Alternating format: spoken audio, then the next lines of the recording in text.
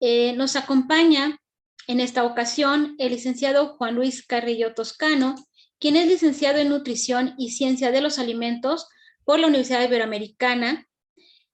Fue responsable del componente de nutrición, fue responsable del componente de nutrición del programa del adulto y el anciano de la Secretaría de Salud de 2001 a 2010.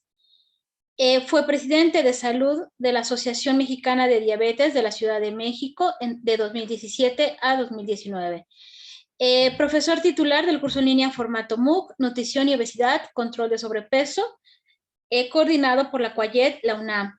Atención a problemas de nutrición en obesidad, diabetes y problemas metabólicos a nivel privado desde 1993. Perito en las materias de nutrición y química de alimentos de la lista del Consejo de la Judicatura Federal desde 2015. Participa como coordinador y ponente en actividades académicas en el Instituto Latinoamericano de Obesidad y Sobrepeso de la Universidad Anáhuac, Federación Mexicana de Diabetes y Academia Mexicana para el Estudio de la Obesidad, por citar algunos. Ha publicado diversos libros, artículos y guías sobre nutrición y diabetes. Actualmente colabora como ponente y responsable académico de diversas actividades que abordan el problema de la nutrición en el área de educación continua de FES Iztacala. Sean todos bienvenidos, doctor. Muchas gracias por estar con nosotros. Muchas gracias. Muy buenas tardes a todos, todas. Y gracias nuevamente a la FES Iztacala, al área de la Dirección de Extensión Universitaria, por la oportunidad de poder compartir con ustedes esta presentación que tenemos intitulada Manejo multidisciplinario del síndrome metabólico. Y pues nuevamente gracias por el tiempo que se han tomado ustedes, quienes asistan a esta reunión, para que podamos compartir algo de lo que significa este tema tan de moda en estos tiempos y acrecentado ahora por la aparición del COVID a nivel mundial, que se han exacerbado este tipo de problemas, y esperemos que esta sesión sea de provecho para todos ustedes. Y vamos a dejar al final de esta presentación con la persona que me está ayudando a la coordinación de la misma, un espacio para preguntas que a ustedes se les ocurran, que las dejaremos, repito, en la parte final. Voy a compartir la presentación por la pantalla para que ustedes la puedan ver, y voy a quitar ahorita mi video para que ustedes lo vean con más claridad. Bien.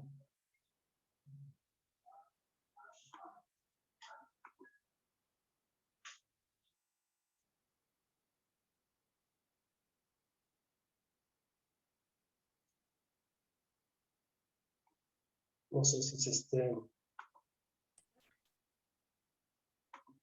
Un momentito.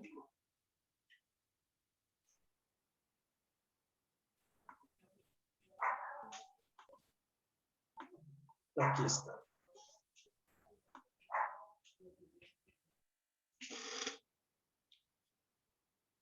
Bien. Ok. Bueno, como ustedes están viendo en la pantalla, a esto le hemos llamado manejo multidisciplinario del síndrome metabólico. Me gustaría comenzar por definir, dentro de la gran gama de definiciones que existen del síndrome cardiometabólico, plurimetabólico y todos los nombres que este ha tenido a lo largo del tiempo. Desde 1940 se conoce este fenómeno, y fue más o menos en 1979 cuando el doctor Riven ya lo formalizó y le dio, digamos, una identidad a esto que anteriormente se llamaba síndrome X. Si ustedes ven aquí como lo estamos definiendo, que es una condición anormal que predispone al individuo a un mayor riesgo de padecer enfermedades cardiovasculares. Y se llama síndrome porque por definición un síndrome es un agregado de signos y síntomas donde se presentan básicamente, y digo básicamente porque no son todas, las siguientes anormalidades: obesidad central, dislipidemia, que es alteración de los lípidos en sangre, estoy hablando de colesterol y triglicéridos básicamente, junto con sus lipoproteínas asociadas, la hiperglucemia, que ahora los profesionales la llamamos disglucemia, que son alteraciones en la concentración de glucosa, y la hipertensión arterial, que es una entidad plenamente conocida. Entonces, podemos hablar de que el síndrome metabólico o plurimetabólico atiende a cuando se dan estas complicaciones de forma grupal. Existen criterios internacionales que las ligan y que marcan valores muy específicos. En México en particular está el criterio que tiene la Sociedad Mexicana de Endocrinología y Nutrición, pero se tienen los criterios, como en muchas otras enfermedades, de la Organización Mundial de la Salud, de la Asociación para Estudio del Síndrome Metabólico y de la Obesidad, de la Asociación Europea, y muchas otras, por ejemplo, de la Asociación para el Estudio de las Enfermedades del Corazón en Estados Unidos, y muchas otras instituciones que lo definen en cuanto a números. Sin embargo, nosotros vemos que el síndrome metabólico es una condición que está siendo cada vez más común en la población, no solamente de México, sino mundial. Es decir, estos factores que estamos viendo los estamos encontrando dispersos en la población de nuestro país. Bien. Pero síndrome metabólico, ¿qué podría ser en realidad? Déjenme decirles que hay dentro de las escuelas médicas y de las tendencias que, como en todas las profesiones existen, hay gente que no lo considera como una entidad que se pueda ver como un síndrome, sino que se pueden ver las enfermedades de manera independiente. Por eso es que puede ser que el problema se deba al concepto de síndrome, ¿no? Que hablamos de que es signos y síntomas de una enfermedad. O puede ser que no haya una hipótesis que unifique a los componentes del síndrome metabólico. También que falta consistencia entre las diferentes definiciones. Por eso les decía que cada una de las escuelas, instituciones, asociaciones o grupos médicos generan valores mínimos para considerarlos como síndrome metabólico, ya sea para circunferencia de cintura, para obesidad, para la hipertensión arterial o para las dislipidemias. Las variables se gradúan de manera continua. Los puntos de corte no son siempre equivalentes para predecir el riesgo.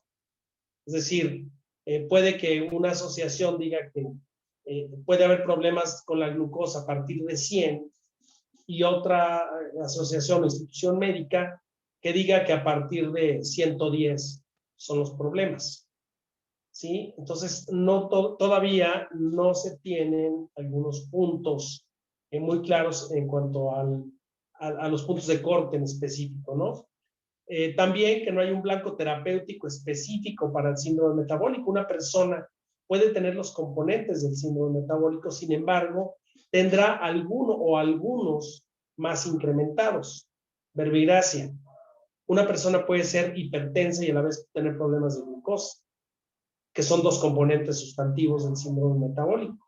O bien, una persona puede ser obesa y tener hipertensión arterial y no tener problemas de, por ejemplo, de dislipidemia. Lo que nosotros revisamos en el síndrome metabólico, básicamente, y por eso que es multidisciplinario, que ver cuál es el punto o cuál entidad es la que más está permeando en el paciente en síndrome metabólico, la que está causando un mayor daño. Y sobre eso se trabaja sin olvidar las otras entidades, ¿sí? Algunos factores de riesgo importantes que se consideran, como por ejemplo las proteínas transportadoras de colesterol, las LDL, o la composición, no se incluyen en la definición y según algunas escuelas se deberían de incluir. Entonces, la intención de mencionarles esto no es generarles un término confuso para síndrome metabólico, sino que definimos que son entidades plenamente identificadas, las cuales, dependiendo de la zona del trabajo, del tipo de protocolos que se hagan, incluso yéndonos un poquito a lo más mundano, los puntos de corte que pueden tener los laboratorios de análisis clínicos para identificar estos puntos de corte suelen ser diversos, ¿sí? Y lo que valdrá la pena aquí conocer será en qué están basados. Si dicen estos puntos de corte están basados en el criterio de la Asociación Americana de Diabetes o de la Organización Mundial de la Salud, bueno, ya tenemos un punto de respaldo. Lo importante aquí es que siempre que se haga un diagnóstico de síndrome metabólico por parte del profesional de la salud, se está utilizando algún criterio y que el paciente pueda saber si realmente está circunscrito en lo que es el síndrome metabólico. Pero no hay que olvidar que el síndrome metabólico se manifiesta grandemente cuando existen problemas de obesidad. Lo que ustedes están viendo en la imagen, perdón si les puede resultar bastante grotesca, pero es la parte donde lo que ustedes ven más claro, se puede acumular la grasa. Esta es la parte del mesenterio, ¿sí? Lo que ustedes ven muy, muy claro es la parte grasa del organismo, y obviamente la presencia de obesidad parece ser uno de los ejes rectores para el diagnóstico del síndrome metabólico. No en todos los casos, lo comentaba el profesor Jesús Rodríguez, del Diplomado de Nutrición y Diabetes, en su sesión del fin de semana, que no necesariamente hay que ser obeso para tener componentes que puedan hacer llegar a una persona a síndrome metabólico. Puede ocurrir en personas que a lo mejor clínicamente son obesos o se comportan como obesos y pueden tener el síndrome metabólico. Obviamente que, como todas las enfermedades, hay que ver cuáles son los componentes que la forman y sobre todo conocer las causas. Entonces, si ustedes ven aquí la primera causa del síndrome metabólico, pues por supuesto que es la obesidad, ¿sí? Una de las causas importantes. Y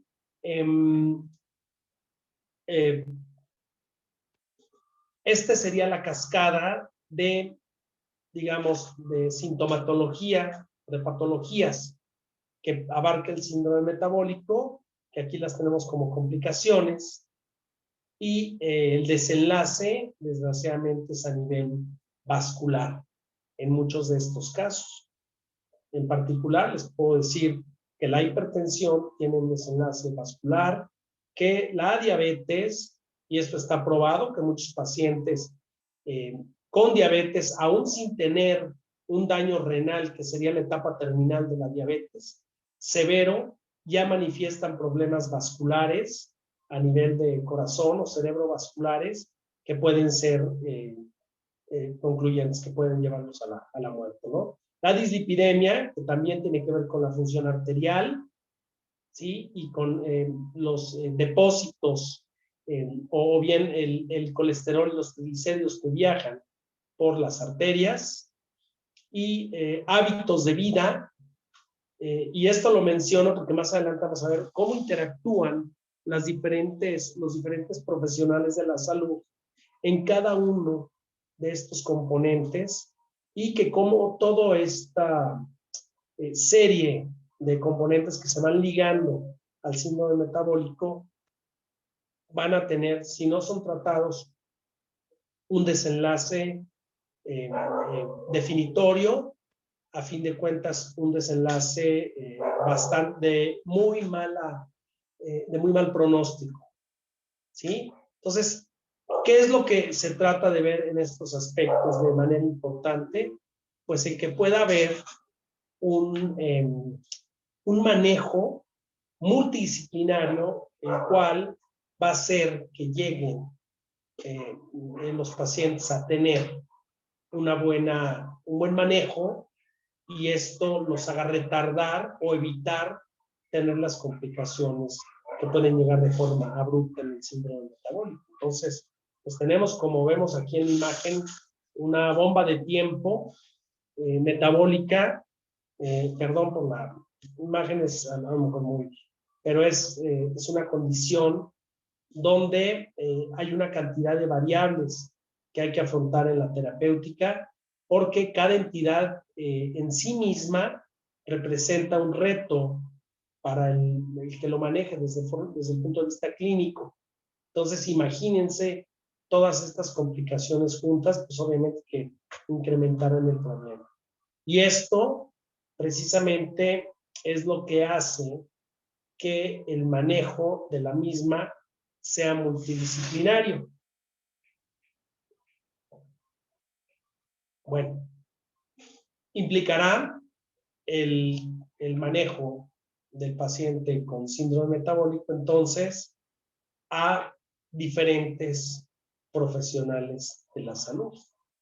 Cada uno de estos, desde su propia óptica, que puedan intervenir en el área correspondiente.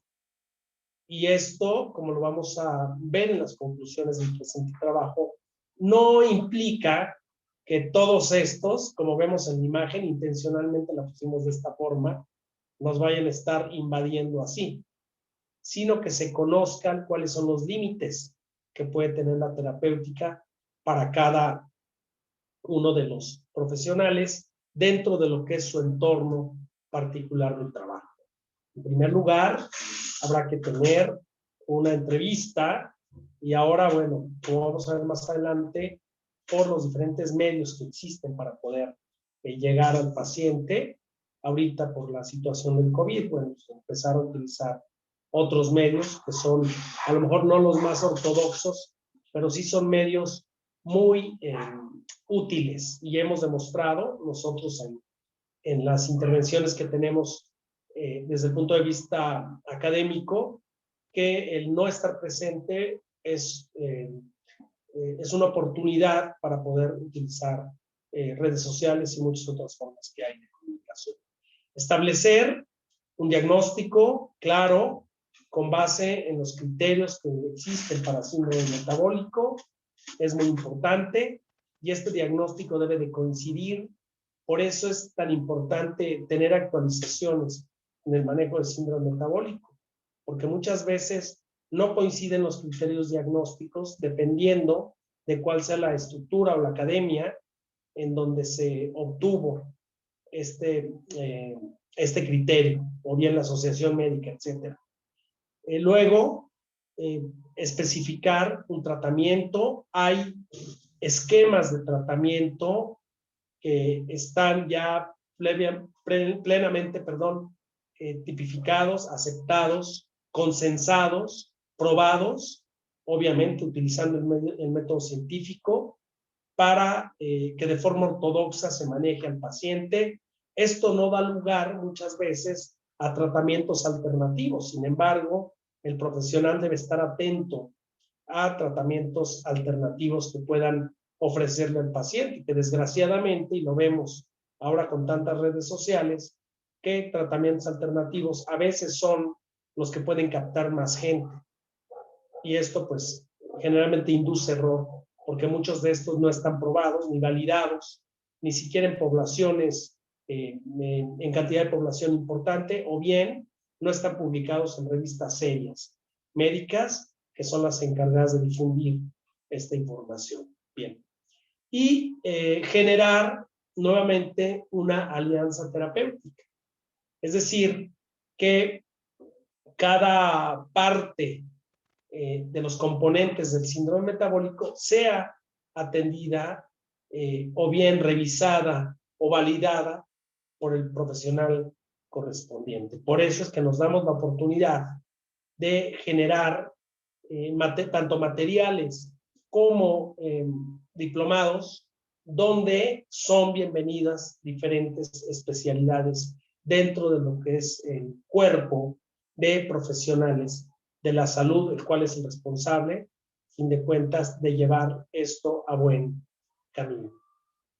Y esto, bueno, no es nuevo. Esto que están viendo ustedes, que es un material que pueden obtener, si no, bueno, pueden comunicarse, yo se los hago llegar. Este es un consenso que se trabajó en Secretaría de Salud a principios del año 2000, cuando el síndrome metabólico empezó de alguna manera a importar en México. Debo aclarar que los problemas de síndrome metabólico se vieron previamente en Estados Unidos, en Europa, por el crecimiento de la población, por los cambios dietéticos y muchos otros factores, como el sedentarismo. Y entonces, esta alianza que hubo con Secretaría de Salud y algunas instituciones, tanto privadas como públicas, y dentro de ellas la misma normatividad que existe para cada uno de los componentes del síndrome metabólico, nos llevaron a elaborar un documento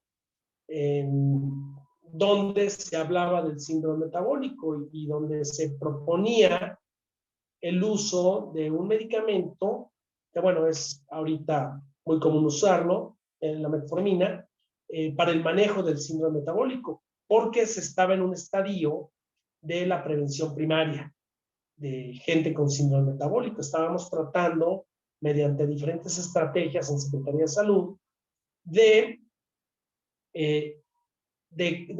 capacitar, y se hizo a nivel nacional, a médicos y a personal de salud desde diferentes perspectivas, de forma presencial en toda la República, para tener digamos, los patrones de manejo para cada una de las entidades del síndrome metabólico, entendido esto como una unidad. Y se hizo este documento, ahí pueden ver el nombre de las personas que lo coordinaron, entre ellos el doctor Roberto Tapia Conger, una persona muy seria y muy profesional en el ámbito, en ese tiempo, subsecretario de Salud del gobierno federal, y colaboramos cada uno desde su propia perspectiva. Y esto es una gran oportunidad que se nos dio porque se respetó el ser multidisciplinarios para lograr que este tratamiento fuera integral. Digo, a fin de cuentas, como muchos otros proyectos, desgraciadamente no tuvo el éxito que esperábamos, pero no porque el proyecto no fuera bueno. Muchas veces este tipo de proyectos en la operación no fluyen de la manera en que están planteados. De tal forma que quedó la idea y que, bueno, progresó mucha gente a síndrome metabólico sin un momento dado poderlo frenar, porque pues, el mismo devenir de la vida moderna, de la cotidianidad, es el que nos hace llegar a este tipo de enfermedades crónico-degenerativas que se van sumando haciendo este síndrome metabólico. Espero que con esta introducción, con esto que he comentado, para los no profesionales de la salud, nos vayamos familiarizando con este término de síndrome metabólico, que al igual que muchos términos que antes no se conocían, que eran exclusivos para médicos, pues nos hemos ido abriendo y se pueden ya encontrar ahora con la gran cantidad de información que se obtiene vía remota de manera muy fácil.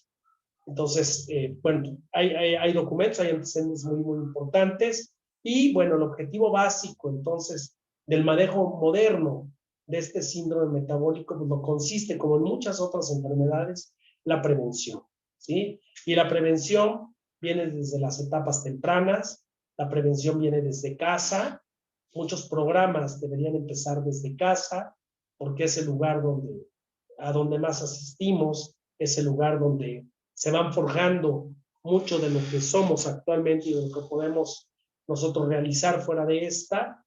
Entonces, la prevención suele ser el factor más importante para el manejo del síndrome metabólico. Es decir, si ya hay alguien en casa que tenga componentes del síndrome metabólico, bueno, prevenir a la gente que viene, a la gente que convive, que está en su día a día, para que puedan ellos a la vez tener una clara perspectiva para poder evitar la enfermedad, ¿sí? Y, permítanme, el modelo de la enfermedad, en particular del síndrome metabólico, les decía en un inicio, es grandemente el aumento de peso, ¿sí? La gente, en cuanto más va ganando peso, va teniendo un riesgo todavía mayor, pero hay otro factor que también está ligado, y el cual estamos viendo algunas estadísticas del poco porcentaje de personas en México, en la República, que realizan actividad física. Entonces, la prevalencia de inactividad física, ahorita no justificada por el COVID, se puede hacer ejercicio en casa, cuando quieran, quienes quieran estar en contacto, tenemos algunos ejercicios que hicimos en la misma Secretaría de Salud, donde se manejan tres entornos diferentes: un parque, una oficina y una casa. Entonces, supongamos que ahorita por la situación actual no hay parque, pero a lo mejor hay oficina, y si tampoco hay oficina, pues hay casa. Entonces, lo trabajamos para tres entornos. Yo con mucho gusto se los puedo compartir. Pero otros aspectos también importantes, como la prosperidad, y esto hablo no de que en términos económicos, de que México ya sea un país del primer mundo, que haya crecido el Producto Interno Bruto, otros indicadores económicos, sino que ahora se pueden obtener más alimentos, más calorías, más comodidades que anteriormente. Entonces, esto genera indirectamente el aumento de peso, inactividad física y sedentarismo. La sobrealimentación, por supuesto, que está perfectamente entendida per se. La urbanización, ¿sí? El uso de cada vez mayor maquinaria en lugar de utilizar métodos tradicionales. La modernización está ligada a esto. Las grandes ciudades, y ahora no nada más en grandes ciudades, sino que ya en encuestas recientes se ha visto que el estrés es un componente sustantivo para llegar a la enfermedad, ¿sí? Y bueno, el aumento de la expectativa de vida, que bueno, puede ser una gran hazaña desde el punto de vista epidemiológico, el que la gente viva más tiempo. Pero ¿qué está sucediendo? La gente está viviendo más tiempo con más complicaciones. Entonces, esto no genera ninguna ventaja desde el punto de vista de la salud pública, porque está la gente con más años, más enferma, más complicada, más dependiente, y esto pues definitivamente no favorece ni es lo que se busca, ¿no? Además de los grupos de alto riesgo, que es gente que ya tiene la historia familiar de síndrome metabólico, que en la historia clínica, que es algo que utilizamos nosotros en el expediente, tiene a parientes finados por complicaciones del síndrome metabólico, ¿sí? La historia familiar del síndrome metabólico, la parte genética y epigenética, es decir, todas aquellas modificaciones que se van generando en el día a día, sobre todo en aspectos dietéticos, de inactividad, y las actividades de vida actuales que se le ha llamado como estilos de vida, que los hábitos, por ejemplo, de fumar, el alcoholismo, todos estos componentes. Esto obliga de una manera todavía más puntual a tener esta asociación de profesionales para eso. Las fallas, por ejemplo, genéticas que puedan haber, fallas sociales o de comportamiento, que de alguna manera también se van sumando a los componentes del síndrome metabólico, por lo cual, y esta imagen nos vamos a detener un poquito en esta, perdón que venga en inglés, no la traduje, bueno, pero nos va a servir un poquito como para un repaso de inglés.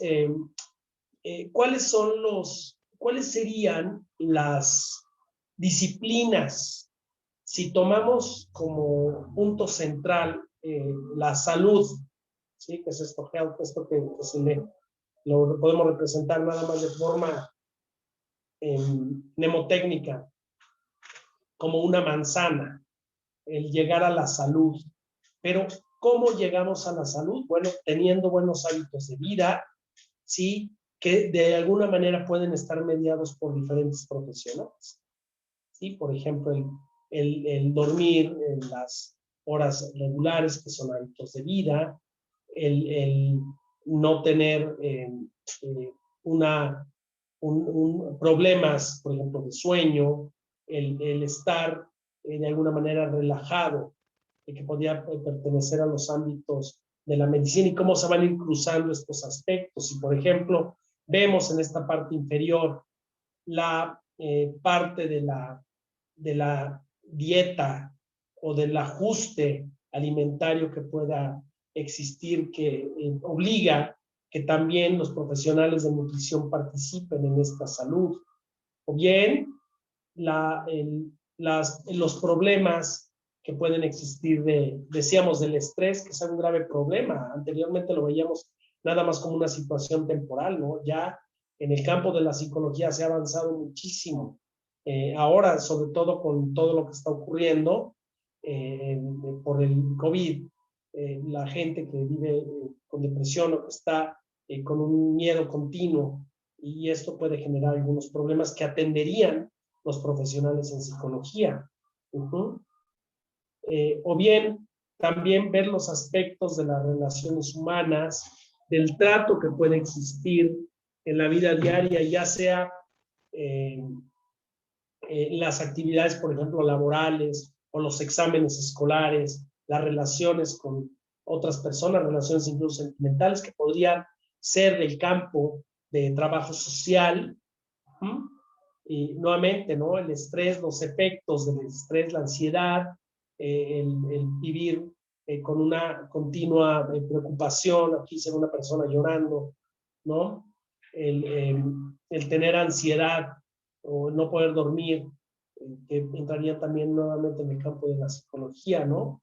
Algunas técnicas de vida aplicadas a esto, como el plantearse objetivos, el tener algunos métodos de relajación, el lograr de alguna manera que la medicina pueda ayudarnos a lograr de alguna manera esquemas de medicamentos o medicamentos de por vida que se formen parte de lo que es nuestra vida. Ustedes saben que hay enfermedades donde hay que tomar el medicamento de por vida, ¿no?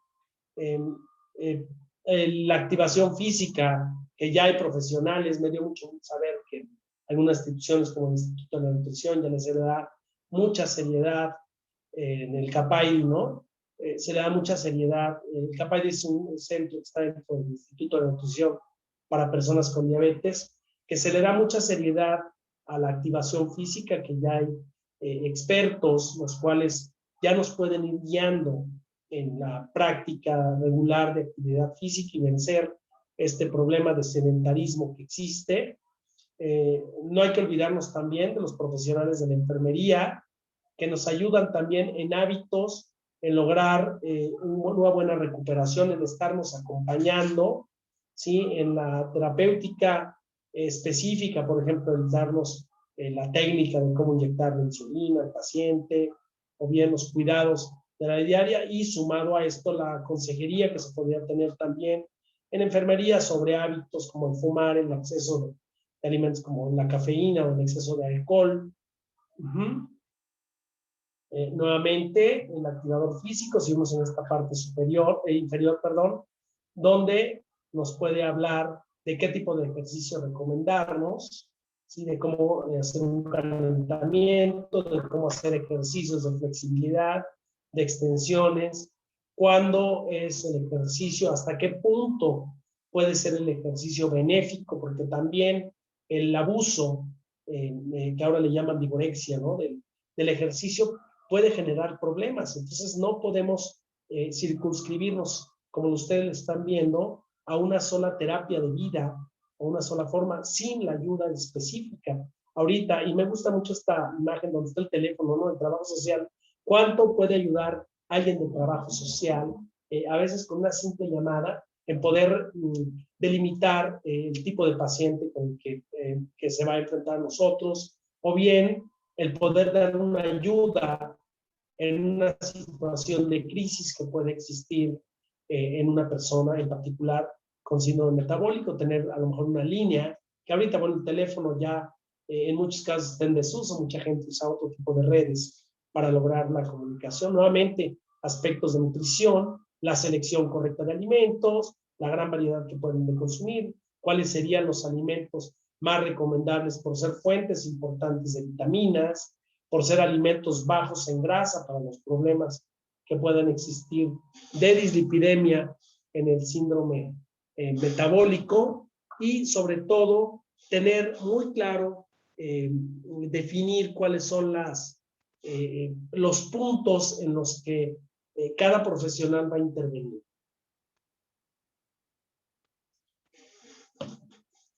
Bien.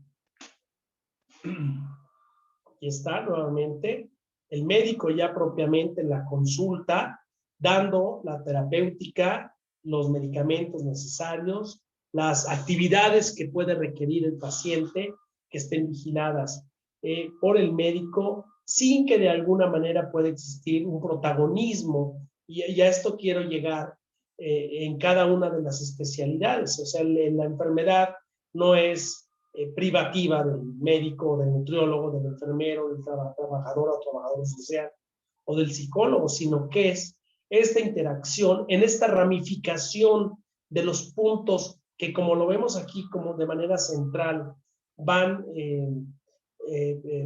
logrando o van dispersando lo que es la salud del individuo, buscando que todas estas ramificaciones sean cortadas o bien se puedan de alguna manera integrar a un individuo para lograr la salud. Esa es básicamente la intención de que yo les haya mostrado esta imagen. Nuevamente les digo, vienen algunas imágenes en inglés, pero podemos ver que están además gráficamente, están pequeñas imágenes pictográficas las cuales nos marcan muy claro el sentido de esto. Entonces, fíjense que para todos los profesionales de la salud representa un verdadero reto, y eso es parte de lo que nos interesa. En particular, yo he participado desde hace más de 25 años en foros relacionados con síndrome metabólico.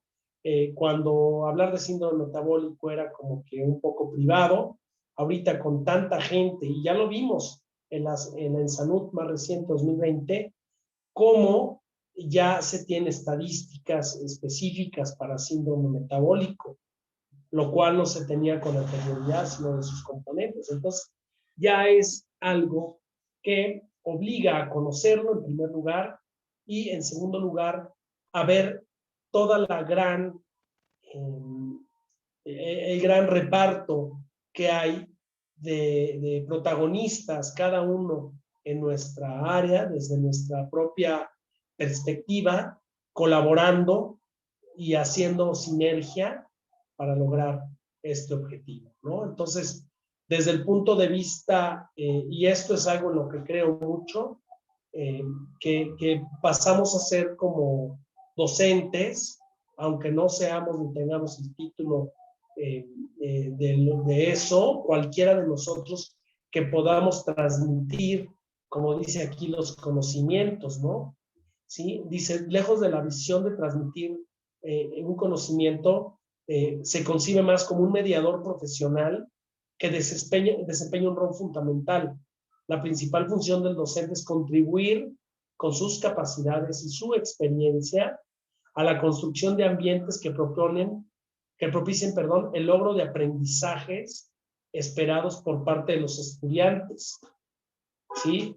Y una convivencia armónica entre todos los miembros de la comunidad escolar. En ello reside su esencia. Y retomando esencialmente y extrapolándolo a lo que puede ser digamos, el profesor, que sería el profesional de la salud, y los estudiantes, que podrían ser en este caso los pacientes, y que todos estos formemos una comunidad escolar, que sería extrapolada una comunidad en salud, lograr tener ambientes de construcción que generen experiencias positivas. que vayan reflejadas en el manejo de un paciente. Entonces, podríamos hablar desde esta perspectiva que lo que estamos propiciando es generar ambientes saludables mediante los conocimientos compartidos y no como anteriormente, estoy hablando hace muchos años, donde el profesional daba instrucciones sin poderlas justificar. Entonces se genera este ambiente, se logra un mejor desempeño, un mejor seguimiento del paciente y podemos evitar, lo que decíamos en un principio, el que el paciente busque terapias o tratamientos alternativos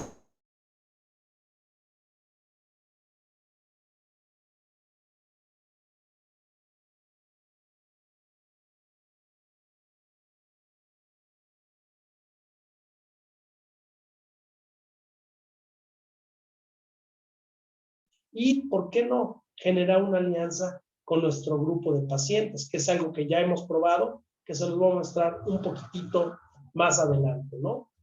Una de las maneras importantes será, pues en los tiempos actuales, recurrir a las redes. Decía yo en un inicio de esta presentación que no estamos peleados con la tecnología, que si en estos momentos la consulta no puede ser en vivo o persona con persona, podemos utilizar muchas de las redes, mucha de la tecnología y tener, obviamente, cuidado de todo lo que se pueda atravesar en esto, ¿no? Muchas veces la vida y la comunidad nos juega bromas muy pesadas. Esta imagen me gustó, la tomé de todo lo que se enfrentan y por eso es que en muchos de nuestros cursos y diplomados pedimos o cerramos los micrófonos para evitar todo este tipo de ruido. Pero yo siento que cuando trabajamos nosotros concentrados en algo, bueno, pues un ruidito más no nos va a pasar nada y bueno, sin embargo, si los podemos evitar, mejor.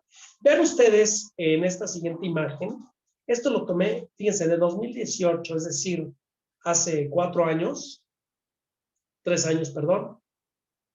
¿Cuál era lo que ustedes están viendo en el centro de la imagen? Es la cantidad, bueno, cómo se tasa y lo que ven en las ramificaciones o en las partes que están excéntricas, ustedes pueden ver en las redes sociales con qué frecuencia se usan, todas las que hay y de diversos tipos, y son para obtener diferente información, algunas para información seria, otras para ver películas, oír música, para dar mensajes cortos, para tener comunicaciones remotas con familiares o con personas a distancia, hasta para agarrar novio, estas de Tinder, este tipo de cosas, para transporte, para obtener comida, para que nos lleguen cosas a nuestra casa, para estudiar, por supuesto, y, ¿por qué no?, también para consultar con profesionales. Y entonces, esto genera un aliado más en esta alianza de profesionales, que es la alianza con los medios de comunicación a través de las plataformas, las diversas plataformas, que estas tecnologías informáticas han ido creciendo para bien o para mal, ¿no? Pues se corren muchísimos riesgos. Esto lo encontré, no sé si haya sido una broma o algo así, pero bueno, imagínense que bueno, ya tenemos la pirámide de salud y bueno, la pirámide de los alimentos que nos pone algo así, y bueno, sin olvidar que mi entorno profesional es la parte de alimentos, me llamó la atención y se las quise compartir. Pero pues obviamente este tipo de riesgos se corren cuando uno trata y no llega aún dentro de las mismas redes a tener un buen consejo o bien una buena asesoría en dónde buscar la información. Entonces nos podemos perder en imágenes de este tipo que nos generen confusión. Entonces, una persona frente a una computadora, y máximo, si tiene la computadora y el teléfono celular, ¿sí? Nos van a mostrar diferentes perspectiva, ¿sí? Por un lado, van a disminuir los hábitos de lectura y escritura como eran tradicionales. Ahora se remiten a teclear. Por otro lado, potencian el manejo de las tecnologías de la información, ¿sí? Por otro lado, nos pueden ayudar perfectamente asesorados para tener una comunicación directa con el profesional.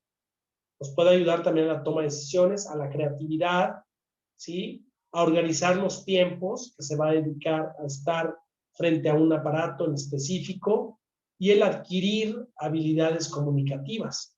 Volviendo a la imagen que había mostrado en un inicio de todas las redes que utilizamos, utilizar las más adecuadas de acuerdo a los objetivos, ¿sí? La universidad, por medio de la FESISTACALA, nos ha capacitado a diversos profesores de los diplomados y de los cursos en estas tecnologías modernas de la información. Y sí, aún sin saber, porque estos cursos fueron mucho antes del COVID, y esto nos permitió que cuando se presentó la oportunidad de trabajar a distancia, no nos fue tan gravoso. Y esto pues nos ofreció una ventaja. Aún sin saberlo, estábamos nosotros un paso adelante para lograr estos objetivos. Tan es así que los diplomados que promovemos, como el diplomado de nutrición y síndrome metabólico, que es uno de nuestros diplomados que tiene 12 años de existir en la FESISTACALA, se va a dar en una modalidad de Zoom, lo llamamos así, que es en tiempo real, sincrónico y no como una actividad en línea. Las actividades en línea son asincrónicas, es decir, no está la persona al momento, sino que puede ver la presentación en cuanto tenga tiempo. Nosotros hemos logrado un formato sincrónico con tener los profesores, a fin de cuentas, al momento, para poder estar en tiempo real y muchas veces con el auxilio de camaritas, como en donde me están ustedes viendo, poder de alguna manera tener una interacción directa, ver las expresiones de cara y todo esto que, bueno, ya lo veníamos manejando desde hace mucho tiempo en intranet y con mucho éxito, porque yo estuve en eventos en FESISTACALA, donde teníamos conectadas universidades en Centroamérica, en Sudamérica, y pues con la misma emotividad con la que puede ser una ponencia, un congreso, las sesiones en específico. Bien, este diplomado del cual estoy hablando está dirigido, y esto favorece el que existan muchos profesionales de diversas áreas en un solo, compartiendo grupos, compartiendo salones, compartiendo pantalla. Básicamente, nosotros lo dirigimos a licenciados en nutrición, en enfermería, médicos generales, especialistas, de los cuales, si se acuerdan ustedes de la imagen donde fueron subiendo las especialidades con color verde, va haciendo que todas estas especialidades interactúen, se trabaje en equipo y se vayan apoyando en los diferentes temas. Donde el objetivo, a fin de cuentas, y acordándonos de la manzanita de esta imagen que habíamos puesto previamente, vamos a lograr, aplicar manejo nutricio, modificación de estilos de vida. Actualmente ya contamos con una parte de una farmacoactualización, así le llamamos, una actualización en fármacos para síndrome metabólico de acuerdo a criterios establecidos, que esto es con lo que comenzamos esta presentación, ¿sí? Criterios establecidos y serios para prevenir complicaciones, ¿sí? Y mejorar la calidad de vida. ¿Para qué? Para tener bienestar, para tener salud. Pero se fijan, la misma estructura educativa va ligando diferentes profesionales de la salud con tal fin. Y si lo partimos esto, nada más de forma, utilizando las mismas imágenes en verde por profesión, podemos decir que los primeros temas a lo mejor involucran medicina, nutrición, enfermería, que son las generalidades de nutrición, que si hablamos ya de la parte clínica o manejo farmacológico, podría interesar más a medicina, que si hablamos de la parte de la contención psicológica, de la parte de la contención psicológica, bueno, pertenecería a lo mejor a esta área tener un profesional de nutrición, un profesional de la psicología que pueda dar un adiestramiento de contención, como me lo han corregido muchos psicólogos, que no podemos dar tratamiento ni nada, y bueno, este diplomado no está abierto también al área de psicología, sin embargo, la consideramos importante para poder sensibilizar a los pacientes, y esta parte pues podría corresponder a enfermería. Claro, a las tres, pero podría destacar más una por el trato directo que puede tener en el seguimiento con el paciente, el manejo nutricio, que interesa prácticamente la parte de nutrición o que podría verse potenciada, la parte de nutrición, la parte de activación física del paciente con síndrome metabólico, que puede involucrar a estas tres diferentes áreas y hacerlas comulgar, digamos, dentro del mismo entorno, ¿no? La actividad física y la parte también de práctica clínica, que es un compendio de todo lo que se trabaja en el diplomado. Nosotros, al final de nuestros diplomados, dentro de nuestro programa, tenemos que se atiende a pacientes en vivo. Anteriormente, antes del COVID, lo hacíamos dentro de las instalaciones de la FES Iztaccala, en unas áreas que nos prestaban para atender a los pacientes, y ahora, con mucho éxito, se los digo, porque es algo que hemos vivido y ya han salido 2 generaciones ya por el COVID y estamos por la tercera, que le damos atención al paciente vía remota, como lo hacen muchos consejeros en nutrición, en ejercicio y en muchos otros tópicos, para establecer un plan nutricio de activación física, un plan farmacológico para el caso exclusivamente de los médicos, con toda la ortodoxia de un tratamiento clínico, con un expediente, con una carta de consentimiento informado, donde el paciente sabe plenamente lo que se va a hacer. Entonces, dentro de un mismo diplomado, nosotros tenemos la oportunidad de atender a pacientes reales, en vivo, y de generar un bienestar a ellos y por ende a donde se puede expandir, que sería a sus familias, a su entorno cercano, amigos, etcétera. Entonces, eso lo consideramos una ventaja porque estamos haciendo el que sean multidisciplinarios nuestros pacientes, nuestros profesionales, y en una atención brindada al paciente, con la ventaja de que se puede tener interconsulta.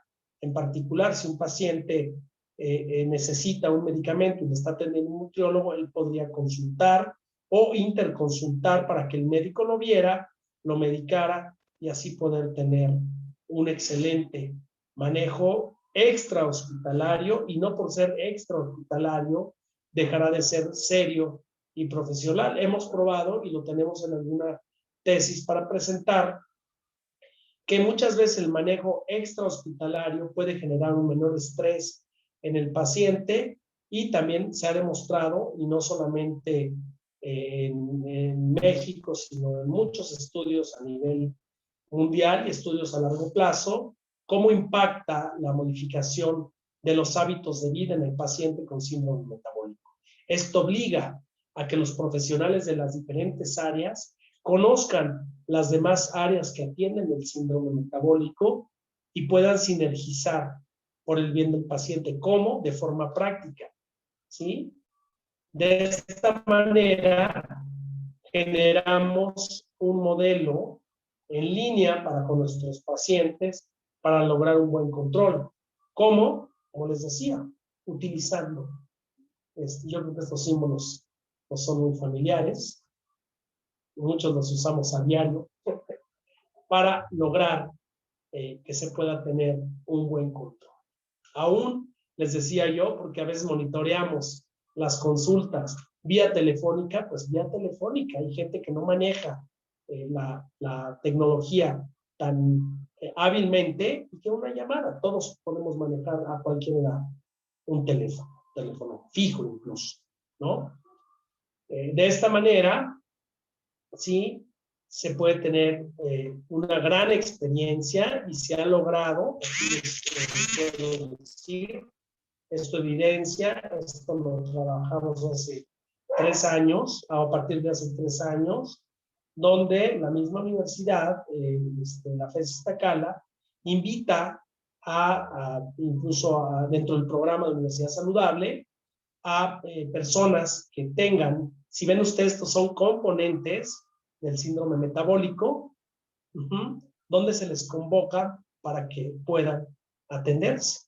Cuando se podía hacer esto, esperemos que pronto lo retomemos, in vivo. Y de esta manera, pues el paciente tiene la ventaja de poder tener una gran atención. Y algo muy, muy atractivo es que pues, es sin costo, ¿no? Mientras estén circunscritos en el programa, por supuesto, ¿no? Este es un ejemplo, porque además estas son variables que se evalúan. Nosotros evaluamos de cada paciente, aquí por respeto a los mismos no pongo los nombres, de una manera frecuente, quincenal, sus variables que tienen que ver con síndrome metabólico, las que tienen que ver con la obesidad, las que tienen que ver con los lípidos, la grasa, la que tiene que ver con la glucosa y las que tienen que ver, ya no lo puedo prolongar aquí, con la actividad física. De esta manera logramos ver, por un lado, si el estudiante está aplicando los conocimientos del mismo diplomado, ya sea fuera del área que fuere, y si lo está llevando y podemos ver si está realmente impactando en su paciente. Esto cierra el círculo, porque por una parte se está dando la instrucción académica y por otra parte se puede evaluar el resultado en pacientes. Los estudiantes del diplomado seleccionan a pacientes.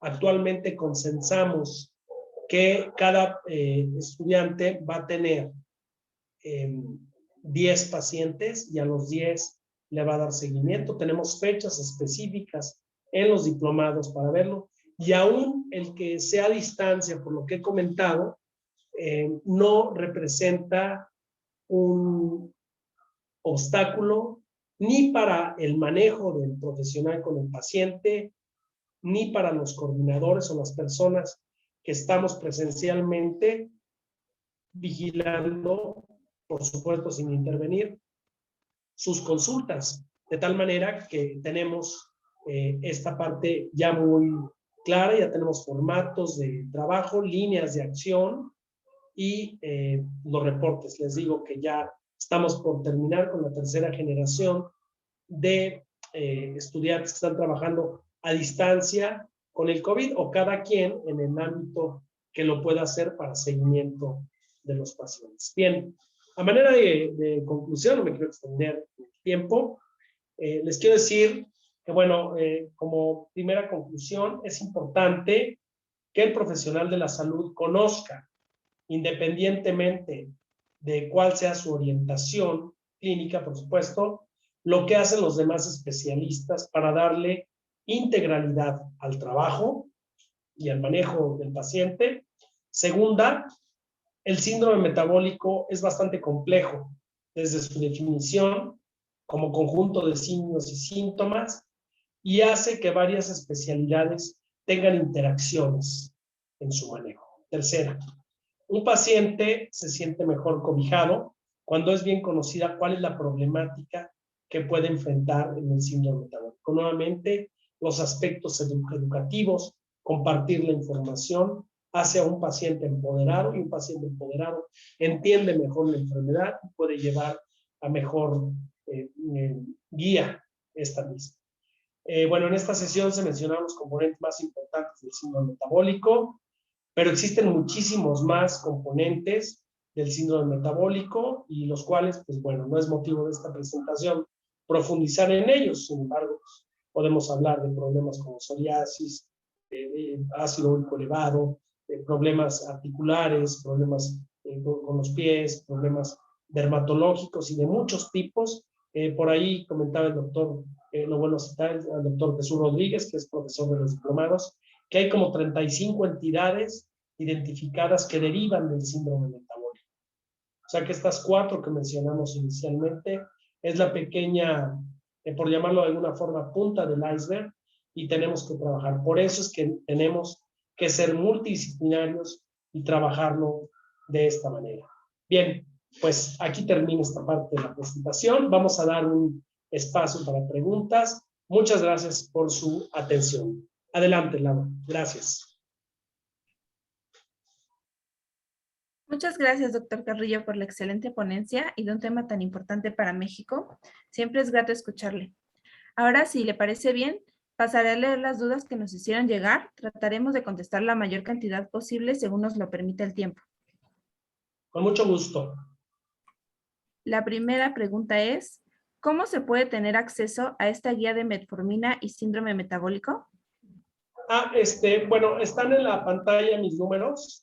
Bueno, no está en el número de teléfono, pero bueno, ustedes pueden mandarme un correo y es un material que es un material público, al igual que las guías de ejercicio. Es un material que generamos en Secretaría de Salud, que no ha perdido vigencia y está hecho por grandes expertos de diferentes áreas. Y yo se los puedo hacer llegar a solicitud de ustedes, o si de alguna manera se pudiera subir a alguna página. Este es material público que la Secretaría de Salud hizo para su difusión precisamente. Muchas gracias. Por otro lado, nos comentan, en 2008 me diagnosticaron síndrome metabólico. La metformina me bajaba la presión y me sentía peor. En 2010 busqué otra opinión y resultó hipotiroidismo. Son casi los mismos síntomas de sobrepeso y ansiedad, pero con levotiroxina, dieta y ejercicio estoy mejor de salud y controlo mi peso. ¿Se considera el hipotiroidismo un síndrome metabólico? Porque si la falta de tiroides, la falla es en tiroides, perdón, y en el caso de la diabetes en el páncreas, ¿el término síndrome metabólico se refiere a algún órgano en especial? Gracias por la pregunta.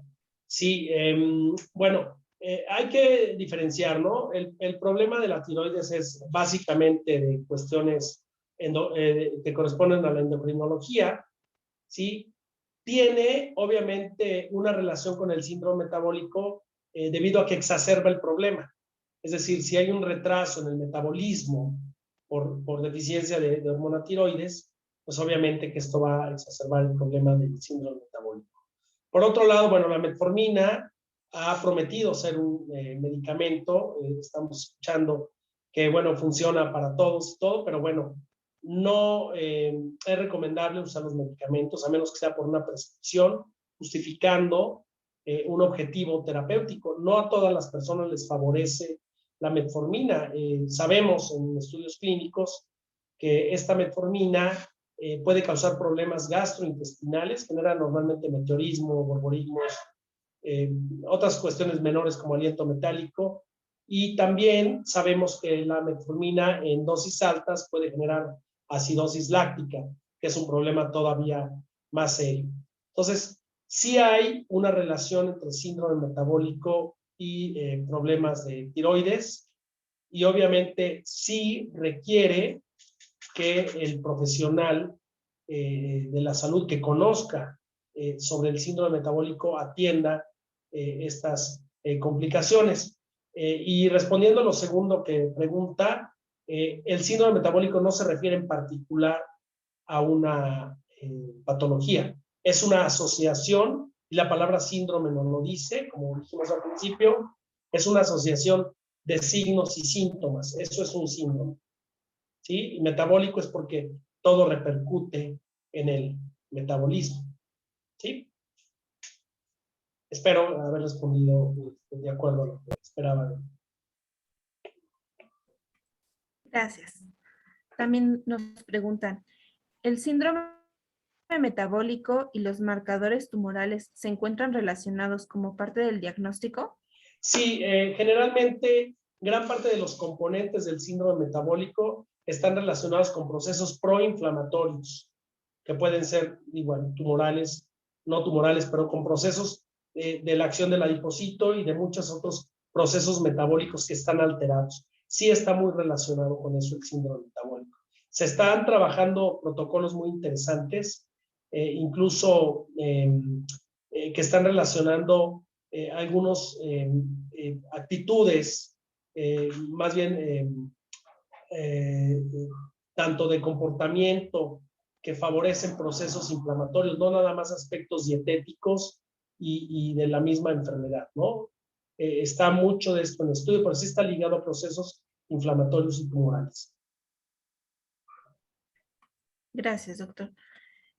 ¿Cuáles son las manifestaciones clínicas más comunes en la cavidad oral del síndrome metabólico? En la cavidad oral del síndrome metabólico, es muy interesante la pregunta. Digo, no conozco de odontología lo suficiente, pero les puedo decir que, bueno, el problema básico aquí es que las personas que tienen el síndrome metabólico tienen disglicemias y nosotros sabemos que las personas que tienen alteración de la glucosa, en particular las personas que tienen diabetes, tienen muchos problemas periodontales, ¿sí? Si se refiere a eso. Si se refiere a los aspectos relacionados con la ingesta de alimentos, pues, el síndrome metabólico está muy ligado porque uno de los componentes importantes del síndrome metabólico es la obesidad. Entonces tiene que ver mucho los aspectos de nutrición. Y volviendo a esta parte odontológica, pues el exceso de carbohidratos simples de la dieta ocasiona problemas odontológicos. Sería bueno más propiamente para que lo responda una persona profesional de odontología, que conoce más esta patología, ¿no? Muchas gracias. Ahora nos preguntan, ¿cuáles son las manifestaciones clínicas más comunes? Disculpe. Bueno, nos preguntan si con el contacto que nos compartió, pueden acudir para la canalización de los pacientes. Sí, si ustedes, ahorita no estamos en temporada de atención a pacientes, están en módulo 5. No tengo el calendario a la mano, pero supongo que casualmente va a coincidir con enero, con los buenos propósitos a veces de nuevo año, que van a empezar las clínicas. Las tenemos ahorita para el grupo de nutrición y síndrome metabólico precisamente. También lo hacemos en el diplomado de nutrición y diabetes.